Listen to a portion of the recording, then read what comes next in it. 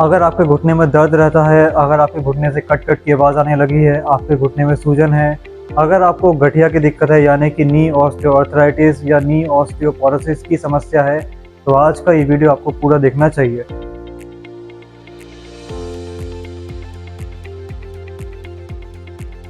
मैं वैभव द्विवेदी हेल्थ में एक बार फिर आपका स्वागत करता हूं। आज हम बात करने वाले हैं नी ऑस्टियोआर्थराइटिस के बारे में, नी पेन के बारे में। देखिए, एक ज़माना था जब 60 साल के लोगों को या 70 साल के लोगों को घुटने में दर्द की समस्या या घुटने में गठिया की समस्या हुआ करती थी, मगर आज की तारीख में 40 साल की एज से लेके 80 साल तक की एज के लोगों को नी ऑस्टियोपोरोसिस, नी ऑस्टियोआर्थराइटिस की समस्या काफ़ी कॉमनली देखी जाती है। इसका मुख्य कारण एक ये भी है कि हमारा लाइफस्टाइल यानी कि हमारा दिनचर्या जो है काफ़ी ख़राब होता जा रहा है।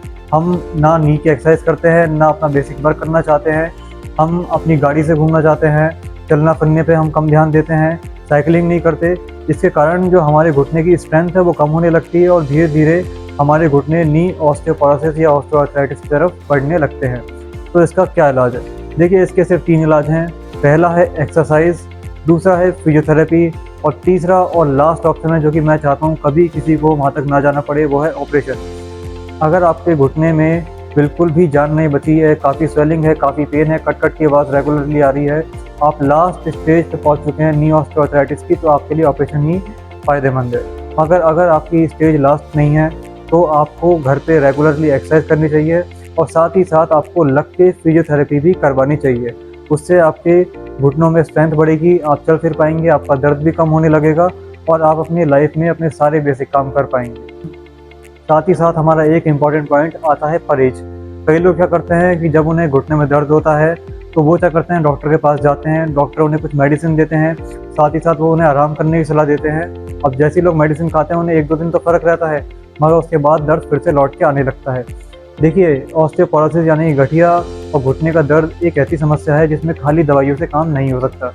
आपको दवाई भी लेनी पड़ेगी, एक्सरसाइज भी करनी पड़ेगी, फिजियोथेरेपी भी करवानी पड़ेगी और साथ ही साथ परहेज भी रखने पड़ेंगे। परहेज इसमें क्या रखना है कि आपको घुटने मोड़ के नहीं बैठना, आपको जीने कम से कम चढ़ने हैं, साइकिलिंग नहीं करनी है और साथ ही साथ आपको हैवी वर्क नहीं करना है। इन सब बातों का ध्यान रखेंगे तो आपका घुटना जल्द ही रिकवर होने लगेगा, आपका दर्द जल्द ही ठीक होने लगेगा। अब मैं आपको कुछ सिंपल और इजी एक्सरसाइज बताने जा रहा हूँ। बहुत ध्यान से आप एक्सरसाइज को देखिएगा, कोई भी गलती आपको एक्सरसाइज में नहीं करनी है, वरना दर्द कम होने के बजाय बढ़ भी सकता है। अब यहाँ पे हम एक्सरसाइज शुरू करने वाले हैं, मगर एक्सरसाइज शुरू करने से पहले हम एक काम करेंगे, हम वार्म अप करेंगे। वार्म अप के लिए मेरे पंजों को आप देख सकते हैं, इस तरह से मैं अपने पंजों को आगे पीछे हिला रहा हूँ। आप 2 या 3 मिनट अपने पंजों को इस तरह से हिलाएंगे तो आपके जो घुटने हैं वो थोड़े रिलैक्स हो जाएंगे, आपकी स्टिफनेस निकल जाएगी, जो मसल स्टिफनेस है घुटनों में वो निकल जाएगी और आप आराम से एक्सरसाइज कर पाएंगे। इसलिए वार्म अप आप ज़रूर करना एक्सरसाइज करने से पहले। अब हम शुरू करेंगे हमारी फर्स्ट एक्सरसाइज। इसके लिए यहाँ पे मैंने एक टॉवल ले लिया है। इस तरह का एक टॉवल का रोल बना सकते हैं या एक मोटी चादर ले लीजिए, उससे आप एक रोल बना लीजिए इस तरह से और उसे अपने घुटने के नीचे इस तरह से यहाँ पे आप रख लीजिए। जिस घुटने में दिक्कत है आपको उसी घुटने से एक्सरसाइज करनी है। अब यहाँ पे मैं अपने घुटने से इस टॉवल को प्रेस करूँगा नीचे की साइड, इस तरह से मैं यहाँ प्रेस करूँगा। आपको ध्यान इस बात का रखना है कि जब आप प्रेस करेंगे तो एड़ी नहीं उठनी चाहिए बिल्कुल भी आपकी, आपका खाली घुटना नीचे आप लेके जाएंगे। यहाँ पे 2 सेकंड के लिए हम होल्ड करेंगे, 1 2, उसके बाद हम अपने घुटने को ढीला छोड़ देंगे। फिर से हम इस चीज़ को रिपीट करेंगे, 1 2, यहाँ मैंने 2 सेकंड के लिए होल्ड करा, अब मैं अपने घुटने को ढीला छोड़ दूँगा। उसके बाद हम अगेन इस चीज़ को करेंगे। लगभग हमें ये वाली एक्सरसाइज स्टार्टिंग में 10 बार करनी है। ज़्यादा प्रेशर आपको नहीं लगाना है और अति से ज़्यादा आपको एक्सरसाइज नहीं करनी है, वरना पेन बढ़ भी सकता है, क्योंकि हर एक्सरसाइज हर इंसान को सूट नहीं करती। इसलिए आप देख के और सोच समझ के एक्सरसाइज करें। अगर आपको लगे कि किसी एक्सरसाइज से आपका दर्द बढ़ रहा है तो उस एक्सरसाइज को आप ना करें। इस तरह से यहाँ 2 सेकंड के लिए मैंने अपने घुटने को नीचे दबाया है और उसके बाद मैंने अपने घुटने को ढीला छोड़ दिया है। यहाँ मैं अपने 10 स्लॉट कंप्लीट करूँगा और उसके बाद हम बढ़ेंगे हमारी नेक्स्ट एक्सरसाइज की तरफ। इस तरह से हमें ये एक्सरसाइज करनी है। अगर एक घुटने में दिक्कत है तो एक घुटने से करेंगे, दोनों घुटनों में दिक्कत है तो दोनों घुटनों से बारी बारी 10 बार इन एक्सरसाइजों को हम करेंगे।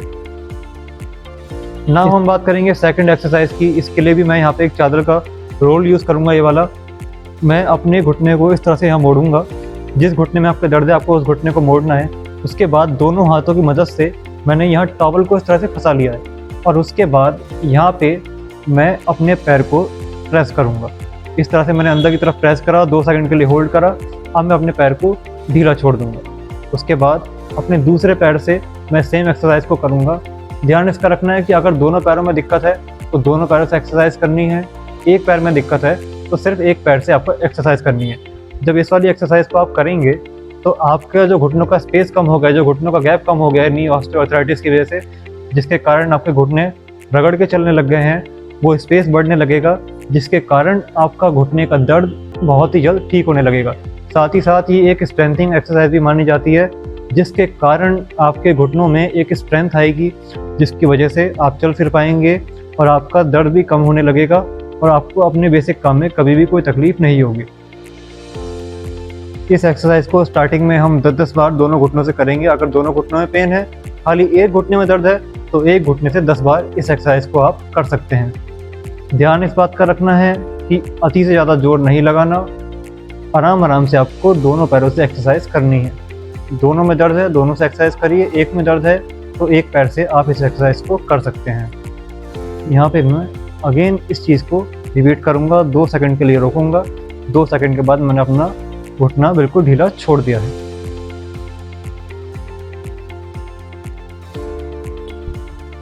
अब हम बात करेंगे हमारी नेक्स्ट एक्सरसाइज की। इसके लिए मैंने यहाँ पे अपने पैर पे अपनी एक टॉवल बांध ली है, जिसका वजन लगभग 500 ग्राम है।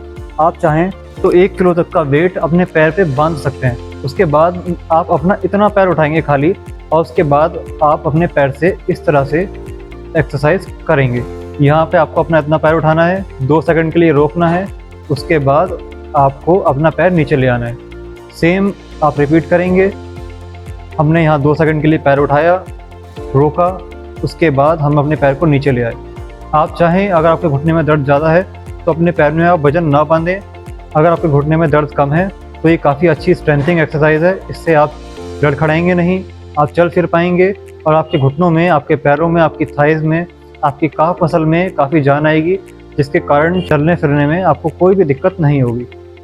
इस एक्सरसाइज को आप दिन में 5 से 10 बार अपने दोनों पैरों से कर सकते हैं। अगेन ध्यान इस बात का रहे कि जिस पैर में दर्द है उसी पैर से एक्सरसाइज करनी है, और काफ़ी हैवी एक्सरसाइज है, इसलिए 5 या 10 बार आप करेंगे तो काफ़ी है। उससे ज़्यादा इस एक्सरसाइज को आप मत करना, क्योंकि वरना आपका पेन बढ़ेगा और आपको घुटने की समस्या में आराम नहीं मिलेगा। ये हमारी एक स्ट्रेंथिंग एक्सरसाइज है, काफ़ी अच्छी स्ट्रेंथ आपके घुटने में इससे बनेगी।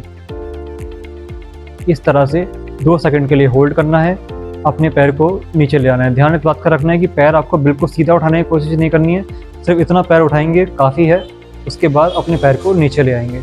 दोनों पैरों से अगर हम बराबर एक्सरसाइज करेंगे तो हमें काफ़ी आराम मिलेगा। दोनों से तभी करनी है जब दोनों घुटने में दर्द हो, वरना एक से आप करेंगे तो भी आपको काफ़ी आराम मिलेगा।